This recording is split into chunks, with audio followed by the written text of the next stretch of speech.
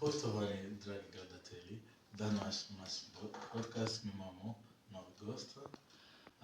Dobar dan, gospođa. Dobar dan. Kako si? Dobra sam, kako ste vi? Ma super. Ima mnogo ljudi koji želite čuti vašu priču. Možete krenuli na vaše imena i odakle ste? Ja se zovem Živa Križana Samardžić. Porijeklo sam Hrvatica, ali dolazim iz inozemstva, iz Republike Turske, baš iz grada Istanbula. Super. Šta radite tu? Trenutno tu studiram, idem na fakultet i da, živim u Zagrebu. Super. Kako je život u domu? Otkad sam se odselila, mogu reći da mi je stvarno super ovdje.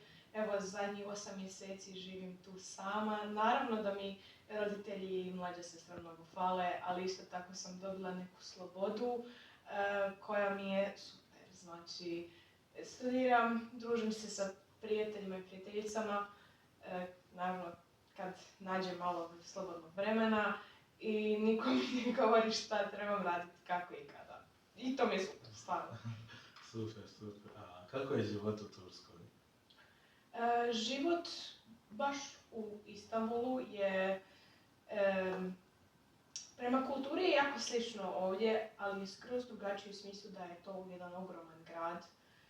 Stalno se nešto dešava, tempo života je puno brži tamo i mislim, doslovno da sad pođete ili da pođete u 3 ujutru uvijek će biti neko na ulici. Znači, taj grad nikad ne spava. Super. Šta radite na slobodno vrijeme? U svoje slobodno vrijeme, kada uspijem sebi izdvojiti par sati, volim rolat, družim se ponekad s prijateljima i jednom sedmično volontiram. Super, gdje volontirate? Volontiram u JRS, Jesuit Refugee Services, ili u prevodu Istočka služba za migraciju. Kako družite sa strancima? Stvarno super, smatram da druženje sa strancima i sa stranim ljudima je jedno jako bitno iskustvo za sve ljude, zato što kroz to druženje možemo upoznati različite kulture. Oni uče o hrvatskoj i turskoj kulturi od mene, a ja od njih učim neku drugu interesantnu kulturu s kojom se nisam imala dosta prilike upoznati. Super. Jeste li ikada bili na nekom drugom gradu osim Zagreba? Da, imala sam priliku otići na put u Pulu sa JRS-om. Često idem u Zadar kod babe i dida, a ovako baš turistički sam otputovala u Split, u Požegu, naravno Karlovac, mislim tu je blizu, Slavonski Brod, Šibenik i još par gradova. Super. Kako ste odlučili studirati tu u Hrvatskoj?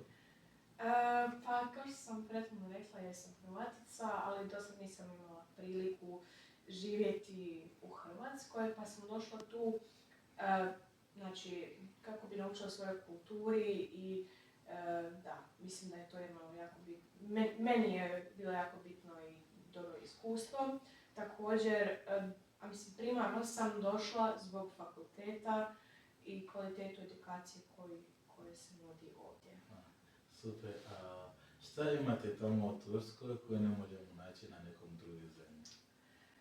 Pa Turska ima jednu jako interesantnu kulturu i povijesti, a baš s povijesnog aspekta, jer me to mnogo interesira, nalazi se baš u centru Istanbula Bizantijska crkva Aja Sofija, koja je sad džamija, ali svejedno je otvorena turistima. I mislim, ako se dobro sjećam, da je bila najviša zgrada do 17. do 18. stoljeća. Jako je lijepa i da, jako lijepa. Trebate posjetiti bar jednom. A također Turska, ko što svi sigurno sam da su pili tursku kavu, ima jedna vrsta turske kave koja se pije u gradu Hatay, koja se kuha na topal pijesak i to je isto jako interesantno da gledate to. Da. Super, super. A šta želite biti na budućnost? U budućnosti bih htjela biti doktorica, ali baš specifično htjela bih biti traumatolog ili neki kirurg koji radi na hitnom odjelu. Super, super.